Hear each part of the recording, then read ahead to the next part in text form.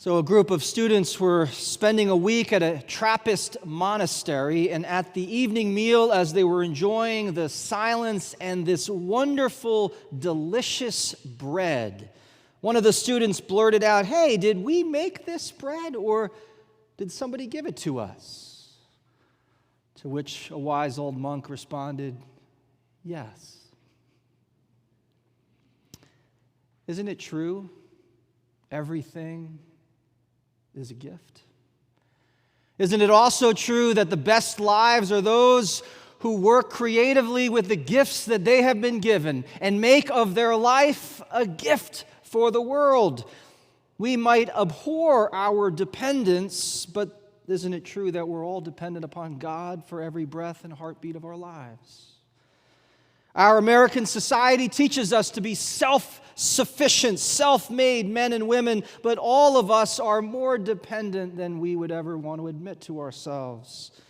I mean, did you pick the beans for your coffee this morning? Did you chase the chicken and get the eggs so that you could make your scrambled eggs in the morning? Did you build the car that you drove here today? Is the phone in your pocket being produced by electricity that you've made? And who is it that creates the coffee plant? Who is it that created the chicken? Who is it that created the human mind that can discover things like electricity and build things like automobiles? None of us are self-sufficient. None of us are independent. Sorry. We're all dependent upon God. We're all interdependent, connected together, depending on one another, depending on our great Creator. The past 2 weeks, we've been looking at the first two lines of the Lord's Prayer. We've been considering how Jesus teaches us to connect with God, whose name is holy, who is like a daddy and like a mother in whose womb we live and move and have our being. Jesus has been teaching us to surrender to God's will, even and especially when it's hard, because God's will is always trustworthy. For God is always about bringing the kingdom of heaven to earth, which includes us, for we are made of the earth. Today, Jesus is teaching us to be dependent each day upon God. Give us this day our daily bread. So let's look at that line together, taking it in three parts. Give us this day our daily bread. First, give us. Do you have a hard time asking for something? Is it hard for you to admit that you have needs? Is it hard for you to ask anyone, let alone God, for help? Are you the kind of person when someone asks you, "How you doing?" Even when you're not fine, you'll say, "I'm fine. All's good." Have you been taught either directly or indirectly that needing help is a sign of weakness? Have you learned to be ashamed of your need? Or maybe have you learned to hide your neediness or to deny it? Maybe you've done that to others. Maybe you have even denied it to yourself. Maybe you have conditioned yourself to believe that you are beyond human need.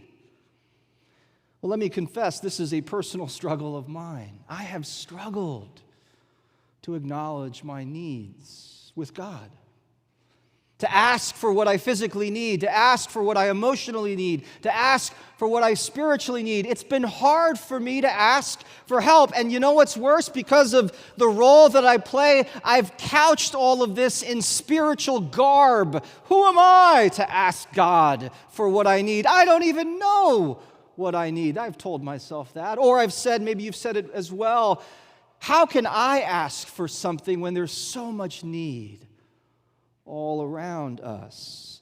These are spiritual ways to deny and pretend that we don't have needs ourselves. But I'm getting better at acknowledging my needs with God, being more direct, being more specific with God about what I need. And here's what's even stranger. There comes moments when I am actually grateful for my neediness because it keeps me connected to God, who is the giver of all gifts.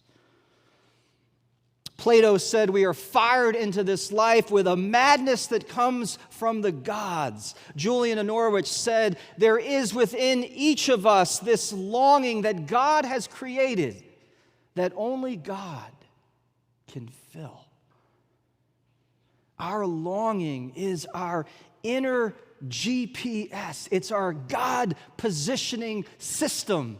And we need to be in touch with our need, our longing, our ache for more, that is a good place for us to live, to be aware of that, because it's what connects us to God. It's what connects us to grace. Jesus teaches us to ask for bread every day. He wants to keep that longing alive in you and in me. He wants you to be in touch with that ache. He wants you to be in touch with that desire for more. Not to deny it, not to hide it, not to be ashamed of it, but to see it as a God-given gift.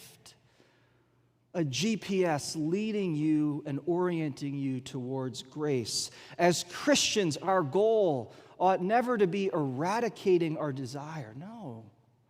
Our goal ought to be reorienting that desire, that longing, that ache towards something that actually can fulfill us and satisfy us. The problem is it gets attached to all kinds of things that in the end will fail and must fail. As Christians, we have to resist this temptation towards lust and envy and greed, which almost seems to be mainstreamed today. We are called to let go of that clutching, grabbing, climbing energy that is prevalent in modern culture in America, and we're called to a new way of being, a way of being that resists this and opens us to this.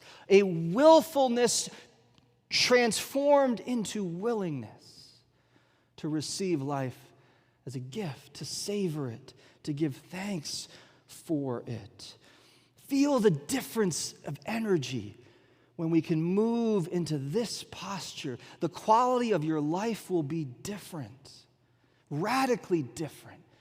You may still achieve great things, but you will be a different human being if you can live like this. But Jesus isn't just using the individual, the singular form, the plural form. He's saying, give us, which means that we're not just praying for ourselves, we're praying for everybody, all of God's children. For there is enough for everybody's need in this world, as Gandhi said so beautifully, but there's not enough for everybody's greed. So we must pray that all of God's children will receive what they need, that no child will go without in this world. Jesus is encouraging us to see that when we take more than is ours, or we ask for more than we need, we're taking from our brothers and sisters. Give us this day. This day. What are the two things in your life that you can't change? You've tried to change them, but you can't. The past and the future. Try it. Raise your hand if you've changed your past, you've been able to change it. Go back there in time and change what decisions you made or what horrible things have happened. If you can figure it out, let me know, because I'd love to hear about that. And you can't change the future.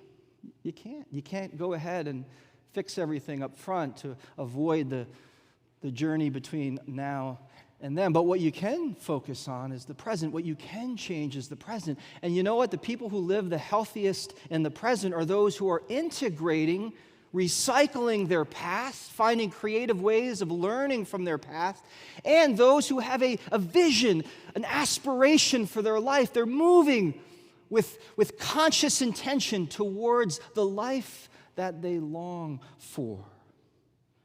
Jesus is calling us to focus on the present. And here's the thing, you'll never find God in your past, and you'll never find God in the future. God's not there. God is right here in this moment, in this circumstance, in this decision, in this struggle. Jesus says, don't worry about tomorrow.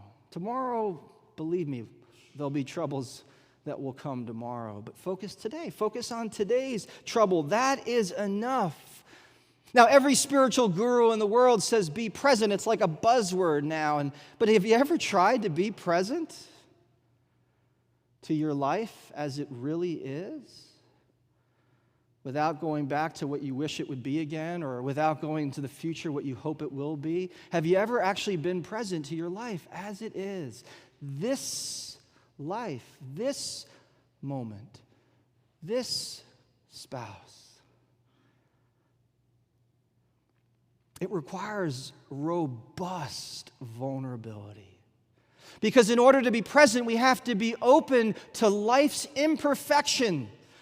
This imperfect moment, this imperfect marriage, this imperfect neighborhood, this imperfect community, this imperfect pastor, this imperfect church, this imperfect world. We have to learn to be more tolerant of imperfection.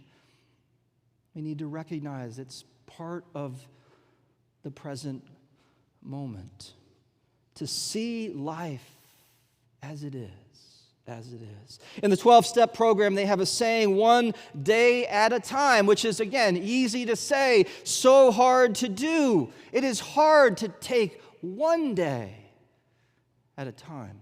I remember when I was going through a difficult time in my life, trying to figure out my next step, and it wasn't clear, and I was getting frustrated. And I was talking to a friend of mine, a spiritual director, who was also going through a similar period. She would later write a book about her experience, but she described her experience in a very similar way to what I did. And the best we could do was talk metaphorically about what we were experiencing. And here's what she said. She said, Mark, I feel like I'm in the dark. Pitch black dark. I cannot see my way forward. And it's as if I have this little lantern and it's barely working. The light is just flickering. And when I pay attention, I can figure out the next step. That's it. I can see nothing else. And I describe my experience like this. I've got all these options, all these choices before me, and I'm looking for guidance, and all I get is a little crumb of bread on the path. And I go and I take that little piece of bread, and then I look around, and then if I wait long enough, I see another piece, and I walk to that. And that's how I feel like God is leading me through the wilderness, one day at a time, with our little lantern or the little breadcrumbs along the path. That's what the Jewish people were going through in the wilderness. Can you imagine what it was like to live one day at a time for 40 years? To be dependent upon God every day. And we are told in the beautiful story that God provided just enough for one day. Just enough manna. And when they tried to hoard it, it would spoil. Love that image. You could only have enough for one day. And he was teaching them how to share the daily provisions with their community as they wandered through the wilderness. I think that is one of the lessons that the pandemic is teaching us. It's as if God is saying to each of us in all areas of our lives, take only what you think you need, leave the rest behind, move forward, travel lightly. Isn't that the lesson that we're all learning? I think the church is learning that lesson. Phyllis Tickle describes what we're going through as the great rummage sale. I love that image. As if God is saying, leave behind whatever you don't need anymore. This is not the time for nostalgia. This is not the time for going back to what was. There's no going back. There never is going back. There's only moving forward and finding new ways to honor the longing that is part of the human experience in every heart and soul. And the church is called to meet the needs today, not the needs yesterday, the needs today. That's what we got to do better at. And we need to have a great rummage sale in order to do that well. Give us this day our daily bread. Isn't Jesus a master teacher? He says daily twice. This day and daily. He knows we need to hear that one over and over and over again. And it sounds so strange in our world where we have savings accounts and insurance policies and warranties on every product imaginable. It sounds so strange when so many of us are conditioned to save for our children's education or our grandchildren's education or our retirement or the next vacation. And all of that has its place. I'm not saying that that's bad, but what I'm saying is it's so hard for us to hear Jesus say twice, this day and daily, pray for what you need right here, right now. Be direct, be specific, today. And it's worth noting that we're called to pray for something very simple, bread. Bread. St. Gregory says that we're called to pray for bread, not delicacies or riches, not magnificent purple robes and golden ornaments and precious stones, not for a prominent position or monuments or statues raised to us for all eternity. No, bread, flour, water, mixed together, thrown in the oven, bread, which in Hebrew and Aramaic also means wisdom, practical understanding, bread. When we come to the table, as we do in this service once a month, Jesus doesn't say, look at the bread, write a story about the bread, stare at the bread for an hour. No, he says, eat it, take it in. Take it in. Let the bread enter your body, become part of your body. Let the wisdom that I want to impart to you become part of your life, part of your process, part of your decisions, part of your relationship. Let it in, because we become what we eat. And when we eat wisdom, we become wiser. For the Lord's Prayer is about bringing the kingdom here on earth, which includes here on earth, for we are of the earth. Jesus said, I am the bread of life. Whoever eats this bread, he's not talking about real, actual bread that we can touch. Whoever eats this bread will never be hungry. For God is not only the source of our deepest longing, God is the fulfillment of our deepest longing, the satisfaction of our longing. St. Augustine put it this way. He said, Christ is the bread awaiting our hunger. And all we have to do when we worship God is to bring our hunger. We need to listen to the one who says, come to me and I will feed your deepest hunger and I will satisfy your deepest thirst. But before we spiritualize it too much, we must remember that Jesus cares for those who hunger for actual flour, water, baked bread. Gandhi said there are so many hungry people in the world, a few 100 million, that God could only come into the world in the form of food. Sarah Miles was raised an atheist. She led a thoroughly secular life, and she was at best indifferent and at times hostile to religion, as many people are today in our culture for lots of different reasons, some very understandable. But when she was in her mid-40s, she wandered into a church. She received communion for the first time, and while receiving it, something moved in her soul as she realized that the bread was not just symbolic food, but it was actual food. And in that moment, she discovered the passion in her heart that had been there for the whole of her life, that she wanted to feed people. And she realized for the first time, even though she'd heard so many stories about Jesus, that God was concerned with real bodies, real food, real hunger. And so she took communion and passed on the bread to others. And then she kept going, compelled to find new ways to share bread. And before long, the only thing that made sense to her when she came to church every week was to bring bags of food and put it at the communion table. And then other people saw her starting to do that. And then they started to bring bags. And soon they had a little food pantry in their church in San Francisco. They were feeding dozens of people each week. And more of the community was inspired by her response to communion. They started bringing their bags of food until they were able to feed hundreds and hundreds of people. And then one Sunday, there was a wealthy donor sitting in the back who was so inspired by this vision of Christian community that he made a significant donation that enabled them to start 9 food pantries in San Francisco, which continue this day to feed the poorest of the poor, the hungry, with real food. For God cares about real bodies and real hunger and real food. St. Augustine said, without God, we cannot. And without us, God will not. Give us this day our daily bread.